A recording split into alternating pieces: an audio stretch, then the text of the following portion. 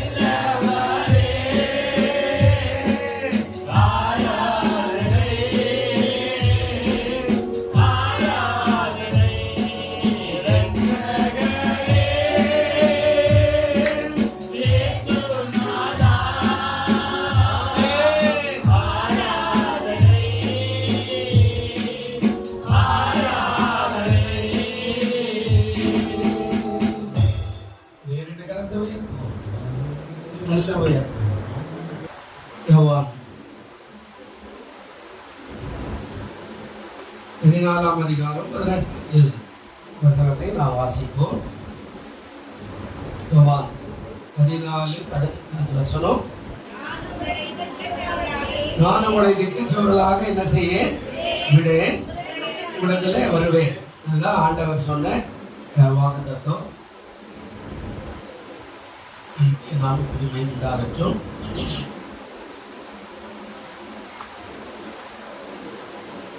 ஆண்டவர் சொல்லுகிறார், நான் உங்களை திக்கற்றவர்களாக விட மாட்டேன், உலகத்துல வருவேன்.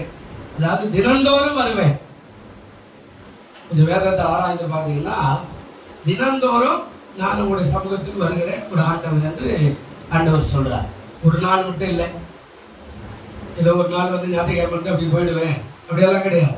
நான் தினந்தோறும் வருவேன். தினந்தோறும் வந்து தன்னுடைய நாமத்தை நான் மைப்படுத்துகிற பிள்ளைகளை ஆசீர்வதிக்க ஆயத்தமா இருக்கிறேன் அப்படின்னு ஆண்டவர் சொல்றார். அப்போ நான் உங்களை திக்கற்றவர்களா இப்படி உடனே கட்டாயம் வருவேன். வந்தாருன்னா அற்புதம் தான், வந்தாருன்னா ஆசீர்வாதம், வந்தாருன்னா நன்மை.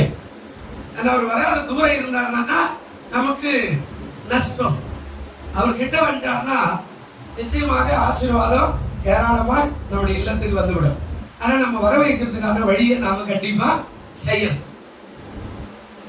நம்ம போன வாரம் கூட சொல்றோம், அசுத்தமா இருந்தா நிச்சயமா ஆண்டவருடைய வருகை வராது. நான் சுத்தமாய் பரிசுத்தமாய் மனதில, ஆவில, எண்ணத்துல, சிந்தையில, தரிசனத்துல, நோக்கத்துல, வேலையில, வியாபாரத்துல, பிரயாணத்துல, குடும்பத்துல எல்லாத்திலையும் நாம் இருக்கும்போது கண்டிப்பாக ஆண்டவர் நம்மிடத்துல வருவார். வரமாட்டேன்னு எப்பவுமே சொல்ல மாட்டார். வந்தாருன்னா ஆசீர்வாதம் தான். அவர் எங்கெல்லாம் வந்தாரோ அங்கெல்லாம் ஆசீர்வாதம். இன்றைக்கு ஒரு பகுதியை நான் உங்களோடு கூட பகிர்ந்து கொள்ள போகிறேன். அதிகாலையிலே தேடுவோருக்கு பலன் கொடுக்க வருகிறார். அதான் தலைப்பு. அதிகாலையிலே தேடுவோருக்கு பலன் கொடுக்க வருகிறார். நான் உங்களை திக்கற்றவர்களாய் விடேன் அப்படின்ற பெரிய தலைப்புல அடுத்த காரியம் சொல்றாரு. அதிகாலையில தேடுவோர். மத்திய எழுதின சுவிசேஷம் யாராவது வாசிக்கலாம். மத்திய 28ஆம் அதிகாரம் 1 முதல் 10வது வசனம் வரையில வாசிக்கலாம். யாராவது மத்திய எழுதின சுவிசேஷம் 1ஆம் அதிகாரம் 1வது வசனம் 10வது வசனம் வரையில.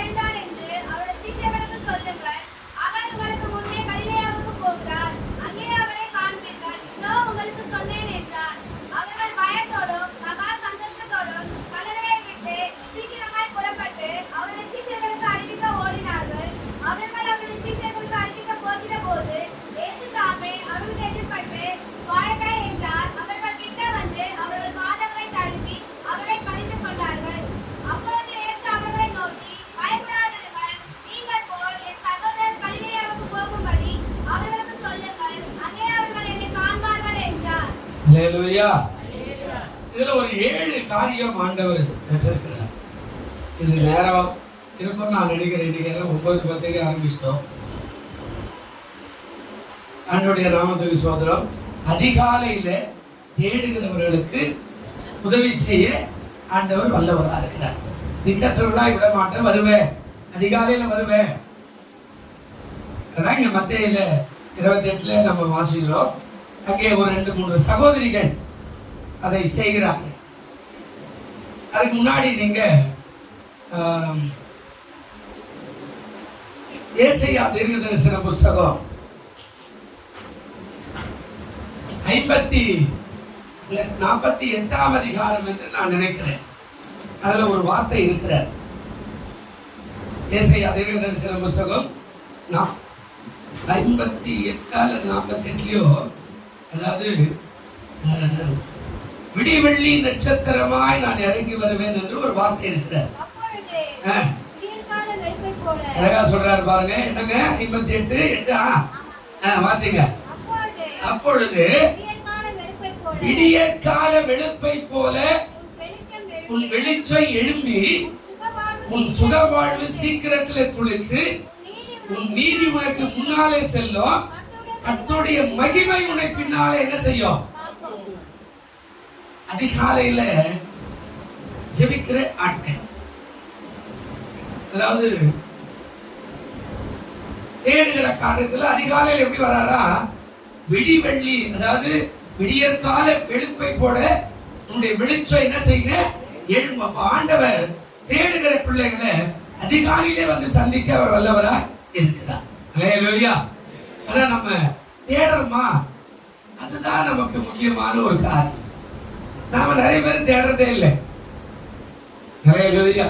தூங்குற காலையில நான் உங்களுக்கு சொல்லுவேன், கிறிஸ்துவனா இருந்தா நீங்க 3 காரியத்துல கட்டாயம் நீங்க கடைபிடிக்கணும். ஒன்று, நீங்க அதிகாலையில ஜெபிக்கிறவர்களா இருக்கணும். 2வது, உங்களுடைய வேதத்தை ஆதியாகமத்தில் வெளிப்படுத்துவதில் ஒவ்வொரு முறையும் நீங்கள் வாசிக்கிறவர்களா இருக்கணும். 3வது, நீங்கள் வாரம் தவறாம ஆலயத்துக்கு வருகிறவர்களா நீங்கள் இருக்கணும். அடுத்த காரியம் தான் நீங்க தனி ஜெபம், தியானம், குடும்ப ஜெபம், இதெல்லாம் அதுக்கு அடுத்த நிலை. ஒரு அதாவது ஆன்மீக வாழ்க்கையில நீங்கள் ஆண்டவருடைய பிள்ளைன்னா இந்த 3 காரியத்தை கட்டாயம் நீங்கள் கடைபிடிக்கணும். இது எல்லாமே ஆண்டவர் சொன்ன காரியம். பரிசுத்த ஓய்வு நாளை ஆசாரிக்க நினைப்பாயாக. 10 கட்டளை, அது ஒரு கட்டளையா வச்சுட்டார் ஆண்டவர். நிச்சயமாக நம்ம அதை செய்யணும். அடுத்ததாக, என்னுடைய வேதத்தை தேடி தேடி வாசிங்கள் அப்படின்னு வேதத்துல சொல்றார். என்னுடைய வேதத்தை தேடி வாசிங்கள், அவைகளே உங்களுக்கு சாட்சி சொல்லும் அப்படின்னா வாசிக்கணும். 3வது, அதிகாலையில என்னை தேடுகிறவன் என்னை கண்டடைவான். அப்போ காலையில நீங்க ஆதியாகமத்தில் வெளிப்படுத்தல் பாத்தீங்கன்னா இயேசு கிறிஸ்து ஆகட்டும், தேவனாகட்டும், காலை வேளையில் தான் அதிகாலையில் தான் உடன்படிக்கை பண்ணியிருப்பாங்க. காலை வேளையில் தான் பிரயாணத்தையே பண்ணியிருப்பாங்க. காலை வேளையில் தான் சில காரியங்களுக்காக அவர்கள் அதான் தேவனுடைய சமூகத்தில் பலியிட்டு இருப்பாங்க.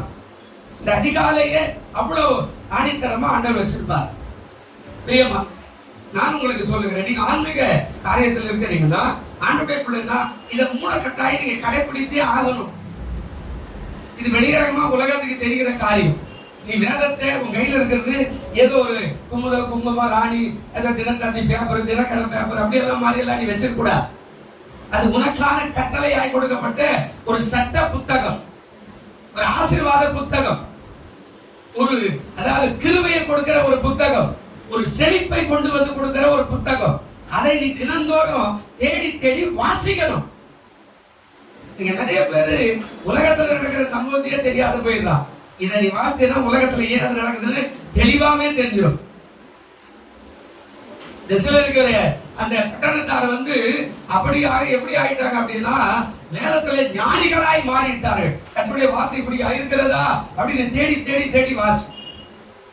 நீங்க கையில வச்சுக்கிட்டு, ஆண்டவர் எனக்கு சோறு போடலையே, ஆண்டவர் என் கடனை தீக்கலையே, ஆண்டவர் எனக்கு அந்த வியாதி கொடுத்துட்டாரு அப்படின்னு சொன்னா, பொன்முட்டை எடுக்கிற வார்த்தை கையில வச்சுக்கிட்டு பிச்சைக்காரன் சொல்ற மாதிரி இந்த வேதத்தை கையில வச்சுக்கிட்டு நீ வாசிக்கல அப்படின்னா உனக்கு ஆசீர்வாதம் இல்லை. இதை நீங்க செய்யணும்.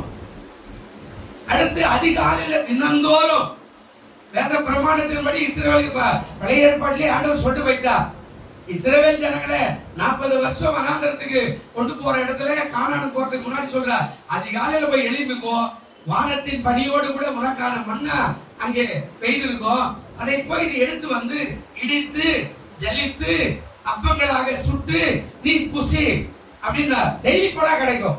டெய்லி போனா கிடைக்காது. டெய்லி ஆண்டவரை நோக்கி பாருதான் சங்கீதக்காரர் தாவீது சொல்லும்போது 121 சொன்னார், வானத்தையும் பூமியை உண்டாக்கின கட்டடத்துல எனக்கு என்ன வரும்? அதுக்கு முன்னாடி முதல் வசனம் என்ன சொன்னாருங்க?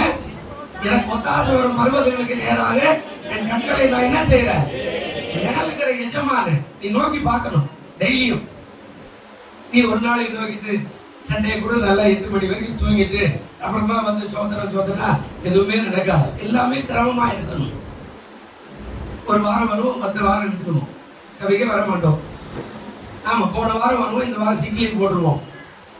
இது மாதிரி எல்லாம் ஆண்டவர் என்றைக்குமே யாரையுமே ஆசை, உங்களையும் சரி என்னையும் கூட சரி. நம்ம எதுக்காக அழைச்சாரு அந்த நோக்கம், அதனால்தான் ஆதாம தள்ளி விட்டு போயிட்டார். எதுக்காக அழைச்சோம் அந்த காரியம் நடக்கல. சவுல தள்ளிட்டு தாவீதை தேர்ந்தெடுத்துக்கிட்டார். நான் எதுக்காக இவனை அழைச்சோம், அதுக்கு தகுதி இல்லாத பாத்திரமா இருக்கிறாங்க, அதனால ஒதுக்கிடுவா. அதுக்கப்புறம் பாஷ மேல குறை சொல்லலாம், சபை மேல குறை சொல்லலாம், அவரு சரியில்லை, இவர் சரியில்லை, ஊரே சரியில்லை, நாடே சரியில்லை, அமெரிக்கா போற ஐரோப்பா, இதெல்லாம் நம்ம பேசிக்கிட்டு இருக்கலாம். நாம எப்படி இருக்கிறோம் மேல இருக்கிறவன் பாக்குறா. நம்ம முன்னு அதிகாலையில தினந்தோறும் அந்த எஜமான பார்க்கணும். அல்லேலூயா. அவர் தான் நமக்கு படி அழைக்கிறவர். தினந்தோறும் அவரை பார்க்கணும். ரெண்டாவது, நம்முடைய கையில் இருக்கிற வேதத்தை தினந்தோறும் வாசிக்கணும். அது என்ன சொல்லுது, எனக்கு எங்க இருக்குது ஆசீர்வாதம், இந்த அதிகாரம், இந்த புத்தகத்துல எனக்கு வச்சுக்கிற ஆசீர்வாதம், என் குடும்பத்துக்கு வச்சுக்கிற ஆசீர்வாதம், என் எதிர்காலத்துக்கு என்ன ஆசீர்வாதம், தேடுனா வரும். நான் அப்படிதான் தேடாது. பைபிள் கொடுத்தாங்க, வாசகரோட நல்லா தாங்க ஏற்றிட்டு போய் அதை மறந்துட்டு எடுத்துக்கிட்டு போய் இதுல எனக்கு என்ன இருக்குது, நான் பட்டு படிக்காத தானே இருக்கிறேன், இதுல என்ன கொடுக்குது, இது எனக்காக என்ன பேசுது, இதுல எனக்கு என்ன ஆசீர்வாதம் வச்சுக்கிறார், தேடி தேடி வாசிக்கும் போது ஆண்டவர் சொன்னார், சத்தியத்தை அறிவியல் சத்தியம் இதை முதல்ல அறிஞ்சுக்க, உனக்கு விடுதலை. அல்லேலூயா. இங்க நிறைய பேர் என்ன பண்றோம், நாம இதுல என்னத்தை வச்சுக்கிறோம், ஞாயிற்றுக்கிழமை தொட்டுட்டு அழுகாந்து வச்சுட்டா, தாவீது என்கிறாரு தெரியல, பேதுரு என்கிறாரு தெரியல. அப்போ ஆண்டவர் சொல்றார், முதல் காரியம் நீ அதிகாலையில தினந்தோறும் எஜமான பார்க்கணும். ரெண்டாவது, இந்த வேத புஸ்தகம் ஆசீர்வதிக்கிறதுக்கான புத்தகம் தான் இது. இந்த வேத புத்தகத்தை நீ தேடி தேடி வாசிக்கணும். மூணாவது, நீ வாரந்தோறும் சபையை கனப்படுத்தணும். இதை நீ சரியா செய்யல, ஒரு வாரம் வந்து ஒரு வாரம் சிக்கலீவு, ஒரு வாரம் வந்து ஒரு வாரம் சிக்கலீவு, நீ இப்படி எல்லாம் போட்டுருந்தேன்னா ஆண்டவர் ஆசீர்வதிக்க மாட்டார். அந்த சபை எப்படி சம்பாதிச்சார், ஆண்டவர் ரத்தம் சிந்தினார். பாரமான சிலுவையை சுமந்து உனக்காக, உன் பிரச்சனையை நான் சுமக்கிறேன், உன் கஷ்டத்தை நான் சுமக்கிறேன், உன் வேதனையை நான் சுமக்கிறேன், உன் கண்ணீரை நான் சுமக்கிறேன், உன்னுடைய நெருக்கத்தை நான் சுமக்கிறேன், உன்னுடைய துன்பத்தை நான் சுமக்கிறேன், உன் வியாதியை நான் சுமக்கிறேன், உன்னுடைய எல்லா விதமான அந்த வேதனையான பாவத்தை நான் இந்த சிலுவையில சுமக்கிறேன்னு பாரமான சிலுவை எடுத்தது கண்ணிலே புள்ளிலும் நடந்து சபையை உருவாக்கினார். நாம நினைச்சுக்கிறோம், என்ன ஆண்டவரே போச்சுவா போறாரு, உனக்காக தானே அடிக்கப்பட்டாரு. யோசிச்சு பாருங்க, பெற்றோர் சொல்லுவாங்க வயசான நேரத்துல, நான் இவன் நல்லா இருக்கணும், நானு சாப்பிடாமே உழைச்சேன், இவன் நல்லா இருக்கணும், நல்ல கல்வியில எனக்கு ஒண்ணுமே இல்ல கூட, ட்ரெஸ் கூட இல்ல கூட பழைய ட்ரெஸ் போட்டு என் பிள்ளைக்கு நல்ல ட்ரெஸ் வாங்கி கூட நல்ல பள்ளியில சேர்க்கணும்னு சேர்த்து விட்டேன், இவன் வளர்ந்த பேருக்கு நீ என்ன கொடுத்த கேட்டு நசிகம் பண்றா, நான் இப்படி ஏமாந்துட்டேன்னு பெற்றோர் சொல்ற மாதிரி கர்த்தர் உனக்காக ரத்தம் சிந்தினார், ஈட்டில குத்தப்பட்டார், சிலுவையில் அறையப்பட்டார், பாரமான சிலுவை சுமந்தாரு. நாம சொல்ற ஞாயிற்றுக்கிழமை போகணும்னா என்ன? அல்லேலூயா. நீ கிறிஸ்துவனா இருந்தா இந்த மூன்று காரியத்தை எவனும் சொல்ல தேவையில்லை, நீ சாதாரணமா கடைபிடிக்கணும். தூங்கியது இதை வாசிக்கணும் ஒரு நாளையா, இல்ல சாயங்காலம் படுக்கிறதுக்கு முன்னாடியாவது இது ஒரு முறையாக 2 அதிகாரமாவது நீ வாசிக்கணும், பொறுமையா வாசிக்கணும். ஆதியாகமம் 2 வாசி, மத்தேயு 1 வாசி, வேதத்தை ஒரு வருஷத்துல முடிச்சிருவே, நீ தெளிவா தெரிஞ்சிடும். ஆதியாகமத்துல இருந்து பழைய ஏற்பாடு நிழல், புதிய ஏற்பாடு நிஜம் அப்படின்றது எல்லாமே தெளிவா தெரியும். ஹீரோ வரத்துக்கான காரியம் தான் பழைய ஏற்பாடு, ஹீரோனா வந்துட்டாருன்னா புதிய ஏற்பாடு. அல்லேலூயா. நாம எதையுமே செய்யாத இப்படியே உட்காந்துக்கிட்டு அவர் பார்த்துக்குவாரு இவர் பார்த்துக்குவார் இல்லைங்க. நீ கிறிஸ்தவனா இருந்தா நீ நாட்டுக்கு, இந்த தேசத்துக்கு, இந்த சபைக்கோ இல்ல மக்களுக்கோ நீ மாதிரியா இருக்கணும். இது 3 காரியத்தை கட்டாயம் நீ கடைபிடிக்கணும். அதுக்கப்புறம் தான் பிரமாணங்கள், விதிகள் எல்லாம் உள்ள வரும், எல்லாம் உள்ள வரும். இப்ப அதுதான் நான் இதுல செய்ய போறோம். இந்த காரியத்தை அதுதான் இந்த அம்மா செஞ்சாங்க. அதிகாலையில தேடினாங்க. அவர்களுக்கு ஆண்டவர் வந்தாரா வரலையான்றதான் இப்ப நான் உங்களுக்கு காட்ட போறேன். நான் உங்களை திக்கற்றவளாய் விடு, உங்களுக்கு நான் என்ன செய்வேன், வருவேன். தேடுறவன் யாரா இருந்தாலும் வருவார். நீ எந்த வயசுல தேடினாலும் வருவார், எந்த இடத்துல தேடினாலும் வருவார், எந்த சூழ்நிலையில இருந்தாலும் வருவார். தேடணும். ஆனா நம்ம காரியம் முடிச்சுன்னா அதோட இறக்கட்டும். நிறைய பேர் நான் பாக்குறேன் கூட பாருங்க, அவங்க காரியம் முடிச்சுன்னா அவங்க வர மாட்டாங்க சபை, அவ்வளவுதான். இத அந்த நேரத்தை ஆசீர்வாதத்தோட போயிட வேண்டியதுதான். அதனால்தான் அந்த 10 குஷ்டரோகிகளை பார்த்து சொன்னார், நீங்க போய் ஆசாரியை காட்டு, நான் கை வைக்க மாட்டேன், போய் ஊழியக்காரரா கோயில் அவனை போய் காட்டு, அவங்ககிட்ட போனா அவன் திரும்பி போகும்போது 10 பேருமே சுகமாயிட்டான். அந்த 10 பேர்ல 9 பேர் நன்றி இல்லாத ஓடிட்டான். ஒருத்தன் வந்து திரும்பி வந்தான். ஆண்டவரே சோத்திரம், நீர் எனக்கு செய்த கிருபைக்காய் நன்றி. இயேசுநாதர் துக்கத்தோடு கேட்டான், சுத்தமானவர்கள் 10 பேர் அல்லவா, மற்ற 9 பேர் எங்கே? அப்போ வந்துக்கிறவன் யாரு? கிறிஸ்துவ இல்ல, இஸ்ரவேலன் இல்ல.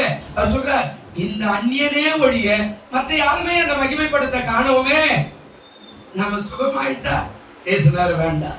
நமக்கு பணம் வந்துச்சுன்னா இயேசுநாதர் வேண்டாம். நமக்கு எல்லாமே காரியம் முடிஞ்சு போச்சுன்னா இயேசுநாதர் வேண்டாம். நாம இப்படி ஒதுக்கும் போது அந்த ஆசீர்வாதத்தோட கூட போயிடுவே தவிர அடுத்த ஆசீர்வாதம் வராது. அதனால அவனை பார்த்து சொன்னா, உன் விசுவாசம் உன்னை ரட்சித்தது, நீ சமாதானத்தோடு கூட ஓ, இனிமே வரவே வராது உனக்கு வியாதி. அப்படிதான் சொன்னார். இப்ப நல்லா கவனிங்க, அதிகாலையில தேடுகிறவள கைவிடாத ஒரு இன்றைக்கு அதான் காட்ட போறேன். நான் உங்களை இது கற்றவளாய் விட அவன் நீங்க இந்த நாள்ல இருந்து அதை கடைபிடிங்க. ஒவ்வொரு முறையும் கடைபிடிங்க. வேதத்தை வாசிங்க, ஜெபிங்க, ஆலயத்தை மறக்காதீங்க, சூழ்நிலைக்கு ஏற்ற மாதிரி எல்லாம் மாறாதீங்க. இன்னைக்கு நான் போகணும், இன்னைக்கு நான் போகணும், இன்னைக்கு ஆண்டவர் என்னோட பேசுவார். நீங்க அப்படி செய்து பாருங்க. யாரு சர்ச்சில் 100 பேர் இருக்கிறா, 200 பேர் அதை பதிலாக கவலைப்பட மாட்டார் ஆண்டவர். எவன் தேடுகிறானோ அவனை ஆண்டவர் ஆசீர்வதிக்க அவர் வல்லவராக இருப்பார். அல்லேலூயா. ஆனா நாம தேட மாட்டோம். இப்ப பாருங்க, ஒரு 7 காரியம் வேகமா போறேன். எத்தனை ஸ்தோத்திரம். இந்த மரியாளுடைய கூட்டத்தாரோ செய்த ஒரு காரியத்தை தான் இன்றைக்கு நாம் பார்க்க போகிறோம். மத்தேயுல 28 அதான் சொல்றார். முதலாவது 1வது வசனம் என்ன சொல்றாங்க? ஓய்வு நாள் முடிந்து வாரத்தின் முதல் நாள் விடிய வருகையிலே மகதலேனா மரியாளோ மற்ற மரியாளோ கல்லறையை பார்க்க வந்தார்கள். இந்த 5ஆம் அதிகாரத்துல கடைசி பகுதியில சொல்றேன், சிலுவையில் அறையப்பட்டு இயேசுவை தேடுகிறீர்கள் என்று அறிவேன். அப்ப முதல்ல அதிகாலையில எல்லாரும் சீசர் கூட மறந்து தூங்கிட்டான் பயத்துல. ஆனா இந்த சகோதரிகள் நன்றி மறக்காம ஆண்டவர் சொன்னாரு, 3ஆம் நாள் உயிரோடு எழுந்திருக்குன்னு சொன்னாரு. நான் போய் கல்லறையில பார்க்கணும். அந்த 3வது நாள் அவருக்கு செய்ய வேண்டிய காரியத்தை செய்யணும். இந்த காலத்துல கல்லறை வெட்டி ஒரு கல்லை மூடி வச்சுட்டு இருப்பாங்க. அங்க போய் நின்று உடனே யாராவது ஒரு ஆள் வந்து கல்லறை திறந்த உடனே அந்த சுத்தி வச்சுக்கிற அந்த சரீரத்தின் மேல தூப வர்க்கங்களை போட்டுருப்போம். அதனால நம்ம ஊர்ல இப்ப என்ன ஆயிடுச்சுன்னா 3வது நாள் பால் ஊத்துறதுக்கு போவோம். ஆனா எலிப்பெல்லாம் ஊத்துறதுல மண்ணு மேல என்ன செய்வோம்? ஊத்திட்டு வந்துடுவோம். அந்த காரியம் தான் இங்க நடக்குது. அதுதான் அடையாளம். 3வது நாள் அவங்க போய் ஆண்டவருக்கு தூப வர்க்கத்தை போடணும். அந்த கல்லறையை திறந்து அந்த அந்த சரீரத்தை கட்டி சுத்தி வச்சுக்கிறாங்கல்ல, அது மேல தூப வர்க்கங்களும் அந்த வெள்ளை கோலமும் மறுபடியும் வசம்புகளும் அவர்கள் மேல ஆண்டவருடைய கரத்துல போட்டு அதை மறுபடியும் மூடிட்டு கடந்து வந்துடுவார். இதை செய்யறதுக்கு போகும்போதுதான் அங்க நடக்கிறது. அதிகாலையில் அவர்கள் ஆண்டவரை தேடினார். நாமும் தினந்தோறும் ஆண்டவர் என்ன செய்யணுங்க? தேடணும். வாசி பாருங்க, நீதிமொழி 8ஆம் அதிகாரம் 17வது வசனங்களை பாருங்க. நீதிமொழிகள் 8:17 என்ன சொல்றாரு பாருங்க. என்னை சிநேகிக்கிறவர்களை, அழகா பேசுறார், என்னை சிநேகிக்கிறவர்களை நான் என்ன செய்கிறேன்? சிநேகிக்கிறேன். அதிகாலையில் என்ன தேடுகிறவர்கள் என்ன என்ன செய்வாங்க? அப்போ சிநேகம், அன்பு இருந்தாதான் தேடுவதற்கு எண்ணம் வரும். அல்லேலூயா. என்ன இருக்கணுங்க? அன்பு. யார் மேல? இந்த லவ்வரை இது நம்ம கண்ண முடிவு போனாலும் அவங்களுக்கு தான் பார்க்க முடியும். நடுவில் எல்லா இடத்துலயுமே நீங்க எங்க ஒரு சின்ன இடம் கிடைக்குதுன்னா கூட 2 பேர் நின்று இருப்பான். இந்த கடற்கரையில போனீங்கன்னா சாயங்காலத்துல அந்த வண்டி விட்டுட்டு அந்த உள்ள அந்த மீன் வலை மாதிரி கல் போட்டு வச்சிருப்பா, அது மேல கட்டி பிடிச்சிட்டு நின்று இருப்பான். ஏன்னா உண்டா மறிச்சு போயிடுவானே, அவெல்லாம் விட மாட்டான் சார், கட்டி பிடிச்சிட்டே விழுந்துருவான். நல்லா கவனிங்க. இது எதுக்கு சொல்றேன்னா, அந்த தேடுகிற காரியம். அன்பு இருந்தா அந்த மகளை தேடுவான், அன்பு இருந்தா அந்த மகனை தேடுவான். புருஷனுக்கும் மனைவிக்குள்ள அன்பு கூட அதான். அன்பு இருந்தா வீட்டுக்கு சீக்கிரமா வந்துடுவான். எனக்காக யார் காத்துக்கிறான் சொல்லு? எனக்காக யார் காத்துக்கிறான்? மனைவி என்ன செய்யற? எனக்காக காத்திருக்கிற. அன்பு இருந்தா சீக்கிரமா வருவான். அன்பு இருந்தா மனைவி சொல்லுவா, என் புருஷன் வர நேரம் நான் வீட்டுல இருக்கணும், இல்லைன்னா அது என்ன வந்து எதனா துண்டு எங்கன்னா போட்டோம் கொடு. நிறைய வீட்டுல சொல்லுவான், என் புருஷன் வர நேரம் நான் வீட்டுல இருக்கணும், என்ன பார்க்கும்போது அவருக்கு சந்தோஷம்.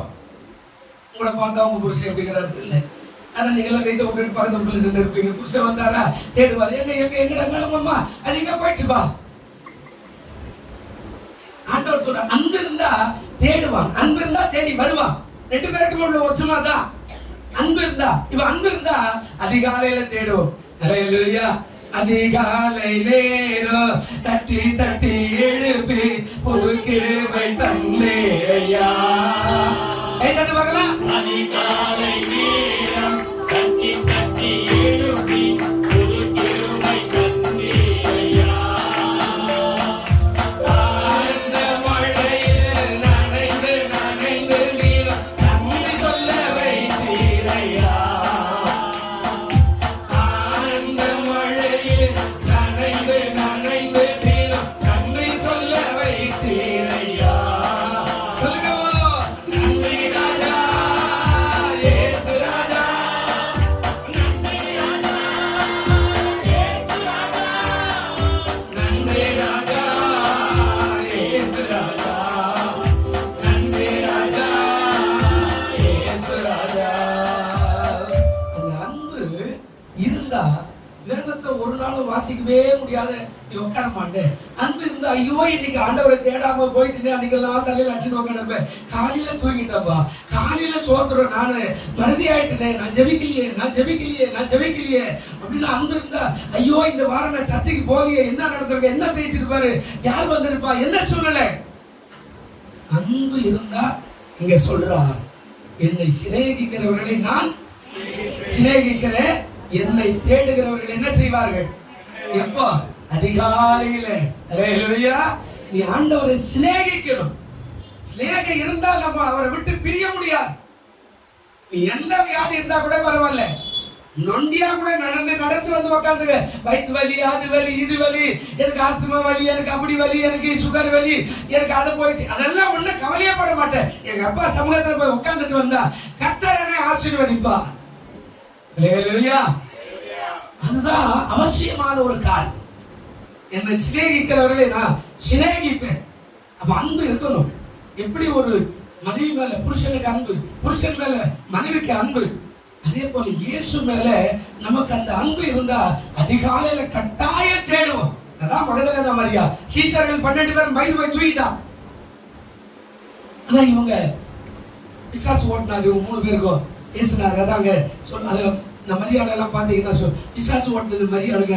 நாம போய் ஆண்டவருக்கு துபவரைக்கும் போடணும் இல்லையா, அதனால அதிகாலையில இருட்டோட தேவ சமூகத்துக்கு வருகிறார். பிரியமானதே பிள்ளையே, யாரு எழுதுகிறார்கள் இல்லையோ அதிகாலை விடுவதற்குள்ளாக உன் ஜெபம் ஆண்டவருக்கு கேட்கப்படட்டும். கர்த்தர் ஆசீர்வதிப்பார். ஹல்லேலூயா. நீ அதிகாலையில தேட ஆயத்தமா இருக்கணும். இப்பவும் கூட அதுக்காக வீட்டை தந்து வச்சுட்டு நல்லா சத்தம் போட்டு ஜெபம் பண்ண பக்கத்தோடு ஐயோ இந்த ஆளால ஒரே பிரச்சனையாக அதெல்லாம் இல்ல. நீ தனியாக உன் ஜெபம் கர்த்தருக்கு உனக்கு கேட்கணும். உன் அழுக ஆண்டவருக்கு உனக்கு கேட்கணும்.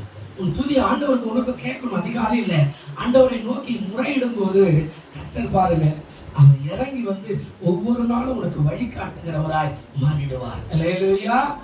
32 ஒரு வார்த்தை சொல்றாரு. இந்த வார்த்தை எப்படி சொல்றார்? 32:8 என்ன சொல்றாரு பாருங்க. 32:8 இது குறிப்பு கிடையாது, ஆவியான உணர்த்துதான். வாசிங்க. நான் உனக்கு என்ன செய்யறேன்? அதிகாலையில தேடுங்கன்னா ஆண்டவர் வந்து போதிக்கிறார். இந்த வழிக்கு போவாத, இந்த இடத்துக்கு போவாத, இந்த இடத்துக்கு போவாத, இந்த பிரயாணம் வேண்டாம், இன்னைக்கு இந்த காரியத்தை செய்யாத, நான் உனக்கு போதித்து நீ நடக்க வேண்டிய வழி உனக்கு நான் என்ன செய்வேன்?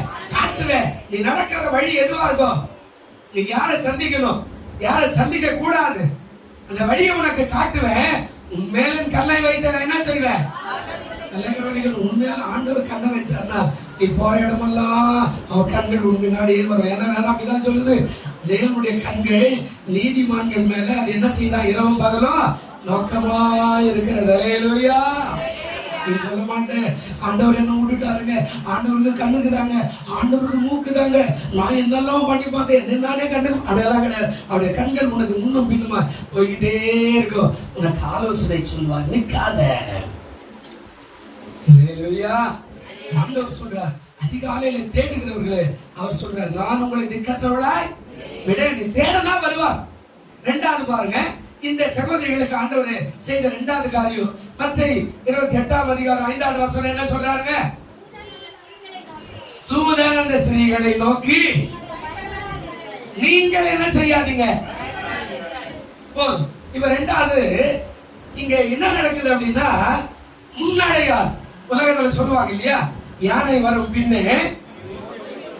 பாத்துக்கிறீங்களா எப்படி வரும் மணி? அது கழுத்துல காட்டி இருந்தா அது நடக்க நடக்க ஆடி ஆடி சத்தம் வரும். யானை வர மாதிரி இருக்குதுவா, மணி சத்தம் கேட்குதுன்றாங்களே. அப்போ இயேசு உன்னுடைய ஜபத்துக்கு பதில் கொடுக்க வர போறான்றதுக்கு முன்னடையாலும் தேவதூதர். இவங்க தேடிக்கிட்டே போறாங்க, யார் நமக்காக உதவி செய்யுமா, யார் நமக்காக அவ்வளவு பெரிய கல்லை பரட்டுமா, யார் அந்த கல்லை திறந்து விட்டு நாம் தூபாக போடலாம் அப்படின்னு சொல்லி அங்காலாய்த்து அப்படியா அப்பியாசப்பட்டு அப்படியாய் வேதனையோட அப்படியாய் சந்தோஷத்தோட போகும்போது தேவதூதன் வந்து கல்லை உருட்டி அது மாதிரி ஏறி உட்கார்ந்து அவனை பார்த்து சொன்னா, பயப்படாதீங்க. இப்ப நீ தெரிஞ்சுக்கணும், இயேசு வர போறாரு. அதுக்கு முன்னாடி யார் வந்துக்கிறாரு? தூதன் வந்துக்கிறாரு. இயேசு நேரடியா வர்றது அப்புறம் நான் உங்களை திக்கற்றவளாய் விடைப்படுத்த வருவேன்னா, இயேசு என்ன சொல்றாரு? முதல்ல அறிகுறி என்ன? தூதன் தான் வருவார். ஒரு வசனம் வாசிங்க, லூக்கா 1ஆம் அதிகாரம் 13வது வசனம் இருக்குதா பாருங்க. லூக்கா 1ஆம் அதிகாரம் 13வது வசனம். தூதன் அவனை நோக்கி, சகரியாவே என்ன செய்யாத, பயப்படாதே, உன் வேண்டுதல் கேட்கப்பட்டது, உன் மனைவியாகிய எலிசபெத் ஒரு குமாரனை பெறுவாள். அல்லேலூயா. ஆண்டவர் சொல்றாரு, கடவுள் வரதுக்கு முன்னாடி அறிகுறி தேவதூதன். சில இடத்துல முதல்வர் வராருன்னு வச்சுக்க தெருவில், அதுக்கு முன்னாடியே ஒரு ஆள் வருவாரு, அதுக்கு பின்னாடி ஒரு ஆள் வருவாரு, அதுக்கு பின்னாடி ஒரு ஆள் வருவாரு. இப்ப நாட்டு பிரதம மந்திரி வராருன்னா முதல்ல அவங்க சோல்ஜர் வருவாங்க, அந்த இடமெல்லாம் அப்படியே செக் பண்ணுவாங்க, வேற ஆடி வேற எல்லாத்தையும் அலசி இதுக்குள்ள ஏதாவது இருக்குதான்னு பார்ப்பாங்க. அதுக்கப்புறம் போலீஸ் கண்ட்ரோல் வரும், அதுக்கப்புறம் எல்லாத்தையும் சுத்தம் பண்ணுவான், அதுக்கப்புறம் இங்க மேடை போடணும், இங்கதான் பிரதமர் இருப்பாரு, இங்கதான் ஆசீர்வாதம் வாங்கணும், இங்கதான் கொடுக்கணும். நல்லா கவனிங்க, இதுக்கு ஆசீர்வாதம் தாங்க. ஆண்டவர் வந்து உன்னை ஆசீர்வதிக்க போறதுக்கு முன்னாடி நடக்கிற காரியம். தேவதூதன் வருகிறான், அதான் போனஸ். அல்லேலூயா. அவர் வராரா, நமக்கு என்னதுங்க போனஸ் வரப்போகுது. இன்னும் கூட புதிய ஏற்பாட்டுல இன்னொரு வசனம் கூட பாருங்க. அப்போஸ்தலர் நடவடிக்கைகள் 27ஆம் அதிகாரம் 24வது வசனம் இருக்குதா பாருங்க, கொஞ்சம் வாசிங்க. ஆண்டவர் என்ன சொல்றாருங்க? பவுலே பயப்படாதே, நீ யாருக்கு முன்னாடி இருக்கணும்? ராயனுக்கு முன்னாடி நிக்கணும். இதோ உன்னோடு கூட யாத்திரை பண்ணுகிற எல்லாரும் உனக்கு நான் என்னவா இருக்கிறேன்? தயவு பண்ணினார். என்ன நடக்குது அப்படின்னா, கடல் யாத்திரை போறார். 14 நாள் பிரயாணம் போது காத்து, மழை, கடல் கொந்தளிப்பு, வேதனையான காரியம். சூரியனை ஆகல, நிலவாகில பார்க்கவே இல்லை, சாப்பிடல. எல்லா தடவாரங்களை தூக்கி தூக்கி கடல்ல போடுறாங்க, தூக்கி தூக்கி எல்லாத்தையும் கடல்ல போட்டுக்கிறாங்க. தேவதூதன் வந்து சொல்றார், பவுலே நீ பயப்படாதே, நீ ராயனுக்கு முன்னாடி நின்று என்னை குறித்து நீ என்ன செய்யணும்? சாட்சி சொல்லணும். அப்படின்னா என்ன? நீ சாக மாட்ட, நீ உயிரோடு போற, உன்னோடு வருகிற அத்தனை பேரையும் உன்னோட உயிரோட கூட வைக்க போகிறேன். பிரியமானவர்களே, அப்போ ஆண்டவர் தேவதூதன் வச்சு சொல்றாரு, நீ பயப்படாத, நீ பிழைச்சுக்குவ, உன் கூட இருக்கிறவங்களை சேர்த்து பிழைக்க வைப்ப, அதுக்கு தான் நான் வந்திருக்கிறேன். அல்லேலூயா. ஆண்டவருக்கு ஸ்தோத்திரம். அப்போ இந்த அதிகாலை ரொம்ப ஆசீர்வாதம். இந்த அதிகாலை நமக்கு ரொம்ப ஆசீர்வாதம். நாம தேடணும். தேடனா முதல்ல தேவதூதன் வருவா, அறிகுறியா தான் ஆசீர்வாதம் வரப்போகுது. அதுக்கு ஆயத்தமா வந்துட்டா முதல் ஆள். இப்ப 3 மத்தேயு 28ஆம் அதிகாரம் 7வது வசனம் கொஞ்சம் வாசிங்க. சீக்கிரமாய் போய் அவர் சொல்றாரு, நீங்க சீக்கிரமா போய் என்ன பண்ணுங்க? என்ன சொல்றாரு? மரித்தோரிலிருந்து எழுந்தார் என்று நீங்க போய் என்ன பண்ணுங்க? சொல்லுங்க, சீஷர்களுக்கு சொல்லுங்க. இப்போ 3வது என்ன அப்படின்னா, சீக்கிரமாய் போய் சொல்லுங்க. இது அவசரமான காரியம். எது அவசரம்? நான் உயிர் தெரிந்துட்டேன், கலிலேயாவுக்கு போறேன், அங்க காட்சி கொடுத்து நான் பரமேற போறேன், நீ போய் சீக்கிரமாய் சோர்ந்து போயிருக்கிறாரு அந்த சீஷர்களுக்கு சொல்லு. பெரியமானவர்களே, நம்முடைய வாழ்க்கையில இந்த சுவிசேஷம் கட்டாயம் சொல்லப்படாத ஆட்களுக்கு சொல்ல வேண்டிய வேலை நம்ம வேலை தான். அல்லேலூயா. பக்கத்துல இருக்கிறவங்க பார்த்து சொல்லுங்க, நீங்க அவங்க முகத்தை பாருங்க, நீங்க சுவிசேஷத்தை சொல்லுகிற ஊழியக்காரர்களாய் இருக்கிறீங்க. அல்லேலூயா. சொல்றார், நீங்கள் சீக்கிரமாய் போய் என்ன செய்யுங்க? சொல்லுங்க. அப்போ நம்ம வாழ்க்கையில நல்ல கவனிங்க. கர்த்தருடைய வார்த்தை, நாம ரட்சிக்கப்பட்டோம். இன்னைக்கு நிறைய பேர் நம்ம சொல்றோம் இல்ல, அதற்கு சோதனைங்க நான் வந்தேன், ஆண்டவர் என்ன ஆசீர்வதிச்சிட்டார், நல்லா இருக்கிறேன், நல்ல காரணம், ரொம்ப ரொம்ப நல்ல காரணம். ஆனா அடுத்தவன் இருக்கிற கஷ்டத்துக்கு நாம போய் ஆண்டவரை பத்தி அவருக்கு சொல்றதுக்கு நமக்கு மனசு வரல. நம்ம அடாவை கீழ் படிக்க மாட்டான்பா, அடாவை மதிக்க மாட்டான்பா, அவனை விடப்பா, அவன் ஒன்றுத்துக்கு உதவாதுவன், அவன் நரகத்துக்கு தான் போவோம். நம்மளே நியாயத்தை கொள்ளாம வேணும். ஏன்னா நம்ம ஒரு நிலைமைக்கு வந்துட்டோம், நம்ம ஒரு நிலைமைக்கு வந்துட்டோம் இல்ல. அப்போ நாம அடுத்தவனை பார்த்து கேவலமா பேசுற நிலைமை இல்ல. ஆண்டவர் சொல்றா, அவசரம் ஏன் தெரியுமா, நான் கலிலேயாவுக்கு போயிட்டு கலிலேயாவில இருந்து நான் மேல சீக்கிரமாய் போறோம், நீ போய் என்னை பத்தி உயிர்த்தெழுந்தார் இயேசுன்னு அடுத்தவங்களுக்கு போய் சீக்கிரமாய் சொல்லு. இப்போ நாம் அதை செய்யக்கூடியவர்களா இருக்கிறோம். லூக்கா எழுதின சுவிசேஷம் 2ஆம் அதிகாரம் 10வது வசனம் என்ன சொல்றாரு பாருங்க, வாசிங்க. தேவதூதன் அவர்களை நோக்கி, பயப்படாதிருங்கள், இதோ எல்லா ஜனத்துக்கும் மிகுந்த சந்தோஷத்தை உண்டாக்கும் நற்செய்தி உங்களுக்கு நான் என்ன செய்யறேன். இயேசு பிறந்த உடனே தூதர்கள் வேகமாய் கடந்து போனார்கள். பிரியமானவர்களே, நல்ல காரியம், இது நல்ல காரியத்தை கடந்து போனார். எஸ்தரின் புஸ்தகம் 8ஆம் அதிகாரம் 14வது வசனம் கொஞ்சம் வாசிங்க. எஸ்தரின் புஸ்தகம் 8ஆம் அதிகாரம் 14வது வசனம் கொஞ்சம் வாசிங்க சீக்கிரம். இல்லையா உங்க பைபிள்ல இல்லையா? எஸ்தர் 8 அப்படியே வேகமான ஒட்டகங்களின் மேலும் கோவேறு கழுதைகளின் மேலும் 14 ஏறின அஞ்சல்காரர் ராஜாவின் வார்த்தையினாலே ஏவப்பட்டு தீவிரத்தோடு புறப்பட்டு போனார்கள். அந்த கட்டளை சூசான் அரண்மனையில் என்ன செய்யப்பட்டது? இது என்ன அவசரம் அப்படின்னா துக்கமான அவசரம். முதல்ல ஒரு கட்டளை போனது ராஜா மூலியமா, 2வது கட்டளை அரண்மனையில் அதே ராஜா மூலியமா ஒரு கட்டளை என்ன பண்ணுதுன்னா, இந்த நாள் குறிக்கப்பட்டிருக்கிறது என்ன, இஸ்ரவேலரை கொல்லுவதற்கான ஆயத்தம். ஆமானால் தீர்மானிக்கப்பட்ட ஒரு கட்டளை இருக்கிறது. ராஜா மாத்தி போனார், சீக்கிரமாய் ஓடுங்க. என்ன சொல்ற, அப்படியே வேகமான ஒட்டகைகள் மேலும் கோவேரி கழுதர் மேலும் ஏறி அஞ்சல்காரர் ராஜாவின் வார்த்தையினாலே ஏவப்பட்டு தீவிரத்தோடு கூட என்ன செய்தார்கள். போஸ்ட் ஆட்சி இப்போ வந்தது, இப்போ வந்தது, எப்போ வந்ததுங்க இருக்குதா? இந்த வசத்துல இருக்கிறாங்க. என்ன சொல்றாருங்க? ஒட்டகங்கள் மேலும் கோவேறு கழுதல் மேல யார் போனா? அஞ்சல்காரர். யார் அவன்? தபால்காரர். அல்லேலூயா. யாருங்க? அன்றைக்கு வேகமா போ, யூதர்கள் கொல்லப்படுகிற நாள் வந்து விட்டது, அதை அறிவித்து நிறுத்த வேண்டும். நீங்க நாமெல்லாம் சுகமாவே உட்காந்துக்கிட்டு கட்சிக்கும் வர மாட்டேன்றோம், சோதரம் யாரை பத்தியும் கவலைப்பட மாட்டேன்றோம், ஒரு 2 கைப்பிரதி கூட எடுத்து போய் கொடுக்க மாட்டேன்றோம், பக்கத்துல வேலை செய்யறவங்க கூட ஏசி நல்லவருன்னு பேச மாட்டேன்றோம், பக்கத்து வீட்டுக்காருக்கு மீன்காருக்கு கீரைக்கார கூட ஆண்டவர் நல்லவர்ன்னு சொல்ல மாட்டேன்றோம். அந்த அம்மா சொல்லுவோம், மாரியாத்தா என்ன என்னதான் சோதிக்கிறானா, ஆமாமாம்பா மாரியாத்தா சோதிக்குது, எதுக்கு நல்லாயிரும் அப்படின்னு சொல்லிட்டு போயிடுவோம். அந்த அம்மாக்கு நாம ஒத்து ஊதுறோம், ஆனா ஏசுகிட்ட வா ஆண்டவர் சுகமாக்குவான்னு சொல்ல மாட்டேன்றோம். பிரியமானவர்களே, ஆண்டவர் சொல்றார், நல்ல கவனிங்க, தீவிரத்தோடு போய் சொல்லுங்க, நான் உயிர்த்து எழுந்துட்டேன். அப்படி கூட பாடுறோம் இல்ல, தொண்டை கொஞ்சம் கம்மிச்சு பாட்டு கூட பாடுறோம் இல்ல, உயிர்த்து எழுந்தாரே அல்லேலூயா.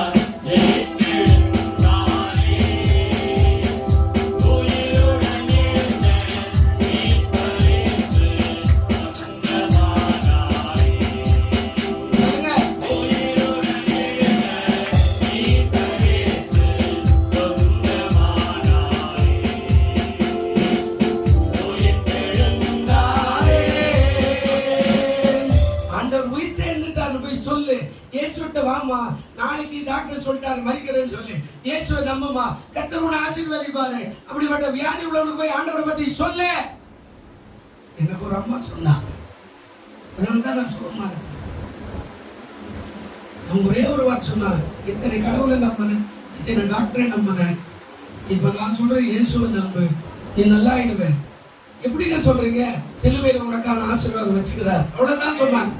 இந்த நர்சம்மா எனக்கு தான் சொன்னாங்க. ஹாஸ்பிட்டலு கதை புஸ்தகம் படிச்சுக்கும் போது அந்த அம்மா கூப்பிட்டு சொல்லிட்டு போனாங்க, என்னடா சொல்றாங்க, புது வார்த்தையாகுது. டாக்டரே மேலே கீழே பார்க்குறான். 5 ஆபரேஷன் பண்ணாங்க. அவர் சொல்றாரு, வராரு, பேசிட்டு எடுத்து பார்க்குறாரு, மறுபடியும் வைக்கிறாரு, அப்படின்னு கையாட்டு போயிடுங்கிறாரு. இதுவே 1 மாசமா படுத்துனுங்கிறேன், ஒண்ணுமே சொல்ல மாட்டேங்கிறார். இந்த அம்மா சொல்றாங்க, ஏசு சிலுவையில் வச்சுக்கிற, சிலுவையில ஒண்ணுமே காணுமே, இந்த சிலுவை சும்மா தாங்க, இதுல எதுவுமே காணுமே, இதுல என்ன வச்சிருப்பாரு? புதுமையா இருக்கிறதே. அதை ஆராயும் போதுதான் கர்த்தர் உங்களை அழைக்கிறார் என்பதே தெரியும். அல்லேலூயா. இந்த அம்மா சொன்னாங்க 1983ஆம் ஆண்டு சொல்லி ஆண்டவர் கூட நடத்தினாங்க. இன்ன வரைக்கும் ஆண்டவர் கிருபையா உயிரோடு தான் வச்சுக்கிறார். அல்லேலூயா. அப்போ அஞ்சல்காரர் வேகமான முறையில ஓடினார்கள். பிரியமான தேவ பிள்ளைகளே, நீங்கள் போய் சொல்லுங்க, கட்டளை சொன்னார் ஆண்டவர். 4வது காரியம் மத்தேயு 28:8 வாசிங்க. என்ன சொல்றாரு? அவர்கள் பயத்தோடும் இல்லங்க மகா சந்தோஷத்தோடும் கல்லறை விட்டு சீக்கிரமாய் புறப்பட்டு அவருடைய சீசர்களுக்கு அறிவிக்க என்ன செய்தார்கள்? கீழ்ப்படிந்தார்கள். நல்லா என்னதுங்க? என்னதுங்க? கீழ்ப்படிந்தார்கள். நீங்க நம்ம கீழ்ப்படிக்கிற அனுபவம் வரல. சொல்லிக்கிற பாருங்க, இப்போ 7ஆம் தேதி எல்லாரும் வந்துருங்கன்னு சொல்லிக்கிறோம். நீங்க பார்க்கணும், கீழ்படுறீங்களா இல்லையா? ஆடவருக்கு வேற வேலை இல்லை, ஒரு லீவ் விட மாட்டேன்றாரு, என் நேரம் ஜபன்றாரு, வேற வேலையே கிடையாது. நம்ம எவ்வளவு வேலை இப்ப பாருங்க. ஏசு சொன்னாரு, மகளே போய் என் சீசர்களுக்கு அறிவிங்க. சோர்ந்து போயிருக்கிறா, துக்கத்தோடு இருக்கிறா, பயந்து போயிருக்கிறா, என்ன நடக்கும் என்று தெரியாம இருக்கிறா. அடுத்த வேலை சாப்பாடு எப்படி இருக்கிற வலையை விட்டுட்டு வந்துட்டேன், கப்பலை விட்டுட்டு வந்துட்டேன், படகு விட்டுட்டு வந்துட்டேன், இப்ப அடுத்த வேலை என்ன? போய் சொல்லுங்கள். இப்போ கீழ்ப்படிந்து வேகமாய் ஓடுகிறார்கள். நாமும் அவருடைய வேலைக்கு கீழ்ப்படியும் போது, அவர் சொல்றதை கேட்டு நடக்கும் போது கண்டிப்பாக தேவன் நம்மை ஆசீர்வதிப்பார். அல்லேலூயா. சொல்லுங்க அல்லேலூயா. கீழ்ப்படிதல் தான் ரொம்ப அவசியம். கீழ்ப்படியலன்னா ஆசீர்வாதம் வராது. பாருங்க, ஒரு வசனம் வாசிங்க. எபிரேயர் நிருபம் 11ஆம் அதிகாரம் 8வது வசனம் கொஞ்சம் வாசிங்க. எபிரேயர் நிருபம் 11ஆம் அதிகாரம் 8வது வசனம் இருக்குதா? விசுவாசத்தினாலே ஆபிரகாம் தான் சுதந்திரமாய் பெறப்போகிற இடத்திற்கு போகும்படி அழைக்கப்பட்ட போது கீழ்ப்படிந்து தான் போகும் இடம் இன்னதென்று அறியாமல் புறப்பட்டு, அடுத்த வேலை சாப்பாடே தெரியாது ஆபிரகாம், அடுத்த வேலை எந்த இடத்துல தங்குறதுன்னு தெரியாது. நம்ம எல்லாம் இப்ப போய் செய்யுங்க அப்படின்னா, என்ன போய் அங்கெல்லாம் போக சொல்றீங்க? நான் அதெல்லாம் போக மாட்டேன். நிறைய பேர் இப்படிதான் சொல்றேன், அந்த ஊழியம் செய்ப்பா, நான் அதெல்லாம் போக மாட்டேன். வண்டி போகலையே, எங்க பஸ்ஸே இல்லை, நான் எப்படி போவேன்? கடந்து போனேன். அப்போ சில நிறைய அந்த பாஸ்டர் சாம் சுந்தர் அப்படின்ற ஒரு மரிச்சிதார் வயசாயிடுச்சு. அவருக்கு முன்னாடி சுந்தரம் பாஸ்டர் ஒருத்தர் இருந்தார். அவர் தான் அந்த சாபகர். அவரு நம்மள மாதிரி எல்லாம் இல்லை, நேரம் ஜபம், வீடு சந்திப்புன்றதெல்லாம் கூட கிடையாது. நல்ல காரியம் கேட்டுக்காருன்னா கூட போய் அந்த கல்யாணத்தை நடத்திட்டு வா அப்படின்னு வா, அந்த மரிச்சிட்டாங்க சபையில, நீங்க போய் தொடக்கம் பண்ணிட்டு வாங்க. அவர் சபையில உட்காந்து முட்டி போட்டுன்னு ஜிப்பா போட்டு முட்டி போட்டு கண்டு முடிக்கிட்டே சோதனை பண்ணிக்கிட்டே இருப்பாராம்.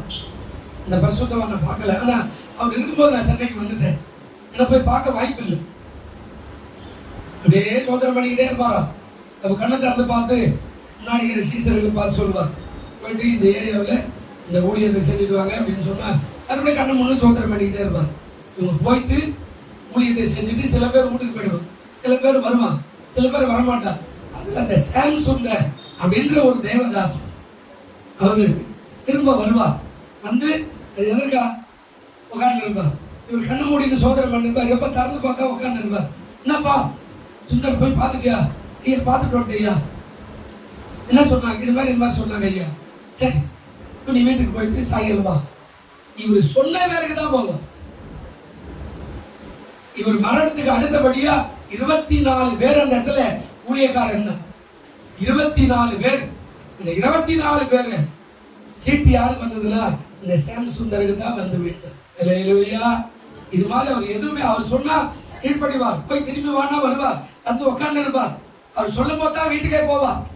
பாருங்க, நாம கீழ்ப்படியும் போது கர்த்தர் நம்மை ஆசீர்வதிப்பார். அல்லேலூயா. சொல்றார் ஆபிரகாம் விசுவாசத்தினால் அழைக்கப்பட்ட போது தான் சுதந்திரமாய் பெறப்போகிற இடத்துக்கு போகும்படி அழைக்கப்பட்ட போது அவன் முதலாவது என்ன செய்தான்? கீழ்ப்படிந்தான். இரண்டாவது தான் போக இடம் இன்னதென்று அறியாமல் என்ன செய்தான்? நல்ல கவனிங்க. அவன் தான் இன்னைக்கு நமக்கு முப்பாட்டன் விசுவாச தகப்பன். அல்லேலூயா. நமக்கு யாருங்க? விசுவாச தகப்பன். அவன் தான் நமக்கு விசுவாச தகப்பன். அவனை மாதிரி விசுவாச தகப்பன் யாருமே இல்லை. அவன் ஆண்டவர் அவ்வளவு ஆசீர்வாதமா சொல்லிட்டார். அவன் விசுவாசித்தான், அதை ஆண்டவர் அவனுக்கு நீதியாக மாற்றினார். நீங்க நம்ம எப்படி இருக்கிறோம்? கீழ்ப்படிதல் இருக்குதா? பாஸ்டர் சொன்னா அதை பத்தி கவலைப்பட மாட்டோம். இப்ப அதே 13ஆம் அதிகாரம் 17ஆவது வசனம் வாசிங்க. எபிரேயர் 13ஆம் அதிகாரம் 17ஆவது வசனம். உங்களை நடத்துகிறவர்கள், இது பாஸ்டர் மூலமா உங்களுக்கு எனக்கு சொல்ற வார்த்தை. உங்களை நடத்துகிறவர்கள் உங்கள் ஆத்துமாக்களுக்காக உத்தரவாதம் பண்ணுகிறவர்களாய் விழித்திருக்கிறவரானபடினால் அவர்கள் துக்கத்தோடு அல்ல சந்தோஷத்தோடு அதை செய்யும்படி அவர்களுக்கு என்ன வாருங்க? கீழ்ப்படிந்து அடங்குங்கள். அவர்கள் துக்கத்தோடு அப்படி செய்தால் அது உங்களுக்கு எப்படியா இருக்காதா? ஊழியக்காரன் சொல்லி நான் செய்ய மாட்டேன் அப்படின்னா வேற வழியே இல்லை. முற்படாத விசுவாசி போய் ஆசீர்வாதம் பண்ணிட்டு வருவோம். ஆண்டவர் சொல்றாரு, அவர்கள் சந்தோஷத்தோடு அதை செய்ய அவர்களுக்கு கீழ்ப்படிந்து அடங்குங்கள். அவர்கள் துக்கத்தோடு அதை செய்தால் உங்களுக்கு என்ன வராது? பிரயோஜனம். விசுவாசி குறித்து ஊழியக்காரருக்கு அது நடக்கணும். ஒரு கதை இறக்கணும் சொல்லிடுறேன். ஆமா, கீழ்ப்படி கர்த்தர் ஆசீர்வதிப்பார். துக்கத்தோடவே செய்யணும். எப்படி துக்கத்தோடு? ஒரு உதாரணம், ஒரு யாரோ ஒருத்தர் கிறிஸ்தவர் செத்துட்டாரு. அவரு நமக்கு தெரிஞ்சதெல்லாம் ஃபுல்லா பாட்டில் அடிச்சு நேர்ந்தவர் தான் நினைச்சிட்டாரு. அவங்க ஒய்ஃப் வந்து சொல்றாங்க, ஐயா எங்க வீட்டுக்காரர் செத்துட்டாரியா, எடுத்து அடக்கம் பண்ணியானா. இப்ப நான் சந்தோஷத்தோடு போக மாட்டேன், துக்கத்தோடு தான் போவேன். இப்ப ஏன் நாங்க போய் சொல்லணும் ஒரு வார்த்தை? என்ன வார்த்தை சொல்லணும்? இவர் கிறிஸ்துக்குள்ளே என்ன ஆனாரு? சொல்றது புரியுதா? இவர் ஆண்டவருக்குள்ளே கிறிஸ்துக்குள்ளே நித்திரை. இப்ப கிறிஸ்துக்குள்ளே இருந்தாரு, உள்ள ரோட்லயே இருந்தாரு, ரோட்லயே இருந்தார். இப்ப நான் போய் சொல்லணுங்க, நான் துக்கத்தோட தான் சொல்ல போயிட்டாரா? போகிறோம் ஆண்டவரே மன்னிய என்ன, வேற வழியில் இந்த அம்மாக்காக நான் என்ன செய்யணும்? நான் போய் சொல்லிதான் ஆகணும் துக்கத்தோட. அப்போ ஆண்டவர் சொல்றாரு, நீங்க கீழ்ப்படிந்து அடங்குங்கள். இது உதாரணம், இது நம்ம எல்லாருக்குமே. நம்ம ஒவ்வொரு காரியமும் துக்கத்தோட இல்ல. உங்களை நடத்துகிறவர்கள் உங்கள் ஆத்துமாக்களுக்கு உத்தரவாதம் பண்ணுள்ளாய். இரவு நேரத்தில் விழித்திருந்து உங்களுடைய பேரை சொல்லி உன் குடும்பத்தை ஆசீர்வதி, உன் பிள்ளைகளை ஆசீர்வதி, உன் வேலையை ஆசீர்வதி, உன் வியாபாரம் ஆசீர்வதி, உன் பிள்ளைகள் நல்லா படிக்கணும், உன் பிள்ளைக்கு கல்யாணம் ஆகணும், உன் பிள்ளைகளுக்கு பிள்ளை பிறக்கணும். உத்தரவாதம் பண்ற ஊழியக்காரன் துக்கத்தோடு பண்ணா உனக்கு ஆசீர்வாதம் வர. சில பேர் நம்ம அப்படியே பாஸ்டர் மேலே வெட்டி சாயும், பாஸ்டர் சரியில்லைப்பா பாப்பா. ஆண்டவர் சொல்றாரு, அதிகாலையில தேடுகிற என்னை தேடுவீர்களானா நிச்சயமாய் நீங்கள் கண்டடைவீர்கள். கீழ்ப்படியுங்கள். அவசியம். ரொம்ப நடத்துகிறவர் ஆண்டவர் உங்களை நடத்துறார். ஆண்டவர் சொல்றார், சில நேரத்துல இரவு நேரத்துல சொப்பனத்துல வந்து மகளை நீங்க செய்யாத அப்படின்னா கீழ்ப்படி. ஊழியக்காரங்களை சொல்லுவார், ஏமா போற, எதுக்குமா போற பிறகு அதெல்லாம் வேண்டாம் பிறகு அப்படின்னா கீழ்ப்படி. நம்ம ஏலி செய்த மாதிரியே நம்ம பிள்ளைகளுக்கு முக்கியத்துவம் கொடுக்கணும். ஏலி என்ன சொன்னார்? பிள்ளைகளை கண்டிக்கல. அந்த ஏலியுடைய பிள்ளைகளால ஆலயத்தில் இருக்கிற வர அங்க காணிக்கைகளால் திருடப்பட்ட, ஆலயத்தில் வருகிற அந்த காணிக்கைகளை ஜனங்கள் அற்பமாய் நினைக்கும்படியான காரியம் செய்யப்பட்ட, ஆலயத்தில் வருகிற சகோதரிகளை அவர்கள் அதாவது விபச்சாரத்துக்கு அழைத்து அலங்கோலம் பண்ணினார்கள். ஏலியுடைய ஆசாருடைய பிள்ளைகள். ஆண்டவர் துக்கத்தோடவே சொல்லிட்டார், ஏலி சாபம் கொடுத்துட்டார். நீங்க உங்க பிள்ளைகளுக்கு முதலிடம் கொடுக்கிறது இருக்கட்டும், ஆனா கீழ்ப்படிய செய்யுங்க, கீழ்ப்படிய பண்ணுங்க, கீழ்ப்படியலோட நடத்துங்க. கர்த்தர் உங்களை ஆசீர்வதிப்பார். ஆண்டவர் சொல்றார், நீங்கள் கீழ்ப்படியுங்க. அப்போ இந்த இடத்துல சொல்றார், முதலாவது தேடுகிறவர்களுக்கு. அப்போ ஒண்ணு என்ன சொல்ற? அதிகாலை தேடினார்கள், இரண்டாவது பயப்படாதீர்கள் சொன்னார். மூணாவது சீக்கிரமாய் போய் சொல்லுங்கள் சொன்னார். நாலாவது நீங்கள் என்ன செய்யுங்க? கீழ்ப்படியுங்க. ஐந்தாவது ஓடிக்கிட்டே இருக்கிற நேரத்துல மத்தேயு 28:9 என்ன சொல்றாரு பாருங்க. மத்தேயு 28:9 என்ன சொன்னார்கள்? அவர்கள் அவருடைய சீஷர்களுக்கு அறிவிக்க போகிற போது இயேசு தாமே அவர்களுக்கு என்ன பண்ணாரா? எதிர்பட்டு வாழ்க. அல்லேலூயா. இப்ப யார் வந்துட்டாருங்க? சொல்லுங்க, யார் வந்துட்டார்? என்னை தேடிய இயேசு வந்தார், என் வாழ்வை மாற்றி விட்டார்.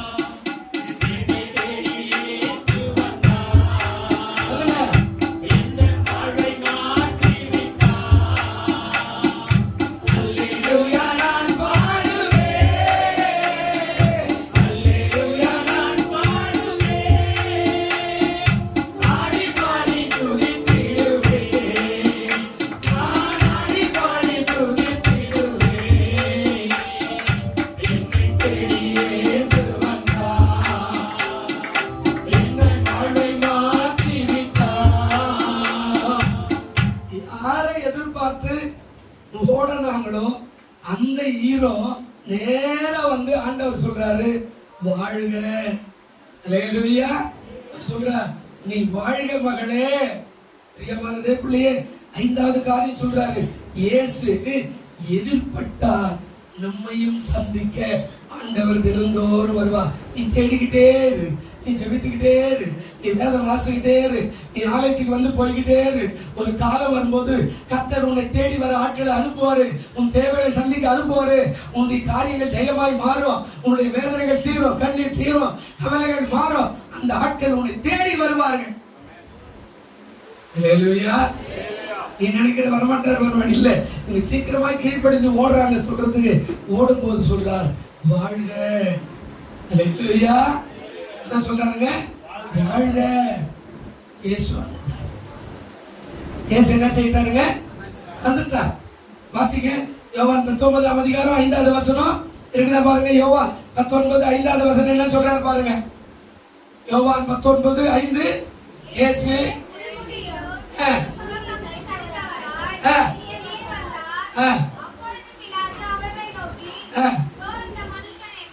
ஆமா பாருங்க, இந்த முள்முடியை போட்டுக்கிட்டு வேதனையோடு கூட காணப்பட்டு அந்த ஒரு இயேசுவானவர் இப்பொழுது எல்லாத்தையும் துறந்து தேவனுடைய சமூகத்திலே அவர் காட்சி கொடுக்கிறவராக அவர் என்னவாயிட்டார் அப்படின்னா, அவர் வந்து சொல்றார் வாழ்க. எப்படி சொல்றாருங்க? வாழ்க. இன்னொரு வசனம் அதே யோவான் 20ஆம் அதிகாரம், யோவான் 20ஆம் அதிகாரம் 13வது வசனம் வாசிங்க. ஸ்திரியே ஏன் அழுகிறாய் என்று கேட்டார். போதும் போதும். ஸ்திரியே ஏன் அழுகிறார்? நல்ல கவனிங்க. இயேசு மனம் அறிந்து வருகிறவர். அல்லேலூயா. உங்க மனசை அறிந்து வருகிறது, உங்க வேதனை அறிந்து வருகிறது, உன் ஜெயத்தை பார்த்து அறிந்து வருகிறது. உங்களுடைய ஜெபம் எப்படி இருக்கு? உங்களுடைய பிரயாசம் எப்படி இருக்கு? உங்களுடைய விசுவாசம் எப்படி இருக்குது? நிறைய பேருக்கு விசுவாசம் எல்லாம் ரொம்ப குறையதான். நான் உங்களுக்கு திரும்ப திரும்ப சொல்லுவேன், நீங்க இந்த 3 காரியத்தை கடைபிடிக்கணும். உங்க வீட்டுல இருக்கிற கடன் மாறாது, உங்க வீட்டுல இருக்கிற வேதனை மாறாது, உங்க வீட்டுல இருக்கிற பிரச்சனை தொடர்ந்துகிட்டே தான் இருக்கும். உண்மை நீ அதிகாலையில ஜெபிக்கிறவனா இருக்கணும், எஜமான பார்க்கணும் தினந்தோறும். 2வது வேதத்தை தினந்தோறும் வாசிக்கிறவனா இருக்கணும். 3வது வாரந்தோறும் எந்த சூழல் இருந்தாலும் அதோடைய ஆலயம் எனக்கு ஆசீர்வாதமான தஞ்சம். நாங்க போயிடணும், நான் போய் ஆராதிக்கணும். என் கையினால கிடைச்ச ஒரு 5 ரூபாயோ 10 ரூபாயோ நான் ஆண்டவருக்கு என்று ஞாயிற்றுக்கிழமை ஒரு காணிக்கை நான் கொடுக்கணும். எனக்கு வேலை இருந்தா பரவாயில்ல, ஒருவேளை நான் ஷிஃப்ட் எனக்கு போக முடியல, ரைட்டு, ஆண்டவருக்கு தெரியும். ஆனா நீ வீட்லயே உட்காந்து கதையெல்லாம் சொல்லக்கூடாது, சாக்கு போகலாம் சொல்லக்கூடாது. ஆஸ்பத்திரிக்கு போயிட்டேன், அதுக்கு போயிட்டேன், பக்கத்துல இப்படி ஆயிடுச்சு, பக்கத்துல அது ஆயிடுச்சு, ஆண்டவர் துக்கப்படுவார். ஏன்னா செத்தவனை எடுத்து போடுறதுக்கு ஆண்டவர் சொன்னாரு, மரித்தவன் மரித்தவனை அடக்க பண்ணட்டு, நீ என்ன செய்ய பின்பற்றி வாழ்ந்தார். அப்ப ஹாஸ்பிட்டல் இருக்கிறவங்க யாரும் அவங்க சொந்தக்கார விட்டுட்டு நம்ம ஆண்டோடைய ஆலயத்துல வந்து உட்காரணும். அவர் பார்த்துக்கிட்டோம். நீ போய் இங்க ஜெபம் பண்ணா கர்த்தர் கேட்பார். நீ சொன்ன ஒரு ஊழியக்காரருடைய மனைவி அங்க டெங்கு காய்ச்சல் ஸ்டேட்ல படுத்துருக்கிறாங்க. அவர் போய் சாயங்காலம் நேற்று பார்த்து விசாரிச்சுட்டு வந்து, என்னையா நாளைக்கு அதெல்லாம் பார்த்துக்கிட்டோம், இன்னைக்கு காலைல ஆராதனை நடத்தணும் சொல்றார். நீங்க மட்டும் பரவாயில்ல, இன்னைக்கு காலைல ஆராதனை நடத்தலாம், இன்னைக்கு நான் வேதத்தை ஆராய்ந்து ஜெபிச்சு செய்தி எடுத்து நாளை காலை முடிச்சுட்டா நான் போவேன். நல்ல கவனிங்க, நம்மளுடைய விசுவாசம் பார்க்கிறார். நம்ம எவ்வளவு நாளைக்கு சாக போக சொல்லிருக்கோம். ஆண்டவர் சொல்றார், இங்க சொல்றார், இயேசு எதிர்பட்டு வந்து விட்டார், வாழ்க. 2 காரியத்தை சொல்லிடுறேன், நான் விளக்க சொல்லல. 6வது காரியம் மத்தேயு 28:9 என்ன சொல்றாருங்க? எதிர்பட்டு வாழ்க என்றார். அவர்கள் கிட்ட வந்து அவர் பாதங்களை என்ன செய்தார்? தழுவி அவரை பணிந்து கொண்டார்களே. ஆண்டவர் பார்த்த மாத்திர அப்படியே குப்பரட்சி விழுந்து அவருடைய காலை கெட்டியா பிடிச்சுக்கிட்டு அவரை பணிந்து கொண்டார்கள்.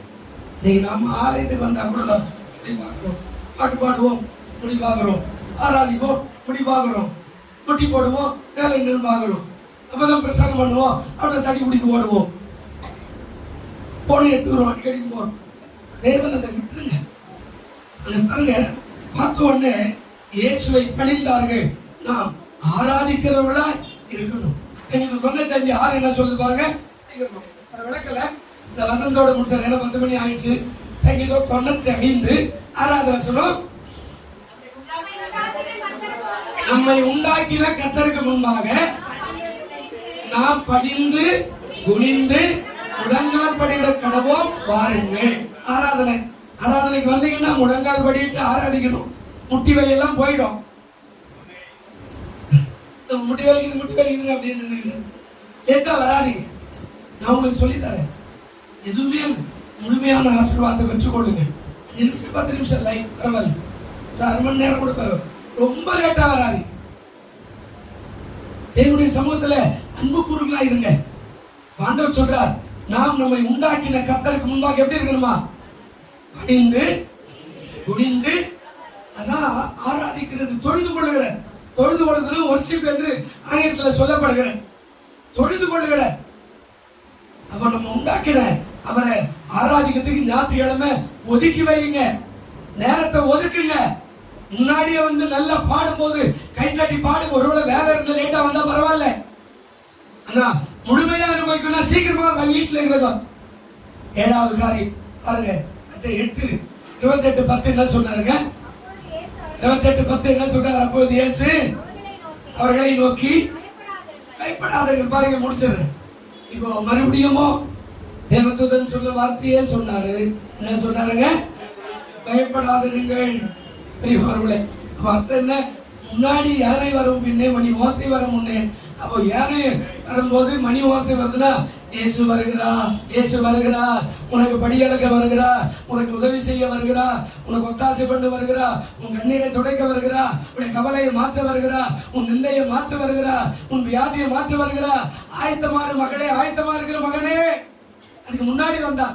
இப்போ அவர் வந்துட்டு என்ன சொல்றாரு? பயப்படாதிருங்கள், நீங்கள் போய் என் சகோதரன் கலிலேயாவுக்கு போகும்படி அவர்களுக்கு சொல்லுங்கள், அங்கே அவர்களை நான் என்ன செய்வேன்? இந்த கலிலேயா தான் சபை. ஹல்லேலூயா. இந்த கலிலேயா என்னதுங்க? ஞாயிற்றுக்கிழமை ஓடி வரணும். நான் போய் சந்திப்பேன் ஆண்டவர். ஆண்டவர் என்ன சந்திப்பார், ஆண்டவர் எனக்கு உதவி செய்வார், ஆண்டவர் என்னோட பேசுவார், ஆண்டவர் என்னோட இடைப்படுவார், ஆண்டவர் எனக்கு நன்மை செய்வார். ஒரே ஒரு வருஷம் வாசிங்க. ஆதியாகமம் 15:1 என்ன சொன்னார் பாருங்க. இந்த காரியங்கள் நடந்த பின்பு ஆபிரகாமுக்கு தரிசனத்தில் உண்டாகி அவர், ஆபிரகாமே நீ பயப்படாதே, நான் உனக்கு கேடகமும் உனக்கு மகாபெரிய பலனுமாய் இருக்கிறேன் என்றார். வயசாயிடுச்சு, ஆனால் ஆண்டவருடைய வார்த்தை வருது. இயேசு உண்மை உள்ளவர், நிஜமானவர். சொல்றார், பயப்படாத ஆகிறோம். இதுக்கு பின்னாடி வர ஒரு வாழ்க்கையை கூட நான் உனக்கு ஆசீர்வாதமா இருப்பேன். எப்படி இருப்பேன்? சொல்றார், உனக்கு கேடகமா இருக்கிறேன், அடுத்தது மகாபெரிய பலனா இருக்கிறேன். கேடகனா பாதுகாப்பா இருப்பேன், நீ போற வயசு வரைக்கும் உனக்கு ஆசீர்வாதமான பலனை கொடுக்கிற ஆண்டவராய் நான் இருப்பேன், பயப்படாதே. இதே மறுபடியும் ஆண்டவர் சொன்னா, நான் உங்களை நிக்கற்றவர்களாய் விட உங்களிடத்துல கட்டாயம் என்ன செய்வேன்? அதிகாலையில தேடுகிறவர்களுக்கு வருவேன் என்றுதான் இன்றைக்கு அழைப்பு. அதிகாலையில தேடுங்கன்னா ஒரு நாள் வெட்கப்பட மாட்டேன். தேடிப்பார், கர்த்தர் கிருபை செய்வார். கண்களை மூடுவோம். நல்ல பிதாவே, இந்த காலை பொழுதுகாய் நன்றி. இந்த செய்தியை கேட்டுக்கொண்டிருக்கிற, பார்த்து கொண்டிருக்கிற அத்தனை பேருக்கும் இயேசு கிறிஸ்துவின் நாமத்தில் ஆசீர்வதிக்கிறேன். கிருபை கொடு, பரிசுத்தப்படுத்தும். நிக்கத்தோடாய் விடேன் என்று சொல்லிறேன். வாரும், வந்து உதவி செய். இயேசு கிறிஸ்துவின் நாமத்தில் வேண்டிக் கொள்கிறோம் நல்ல பிதாவே. என்றுவோம்.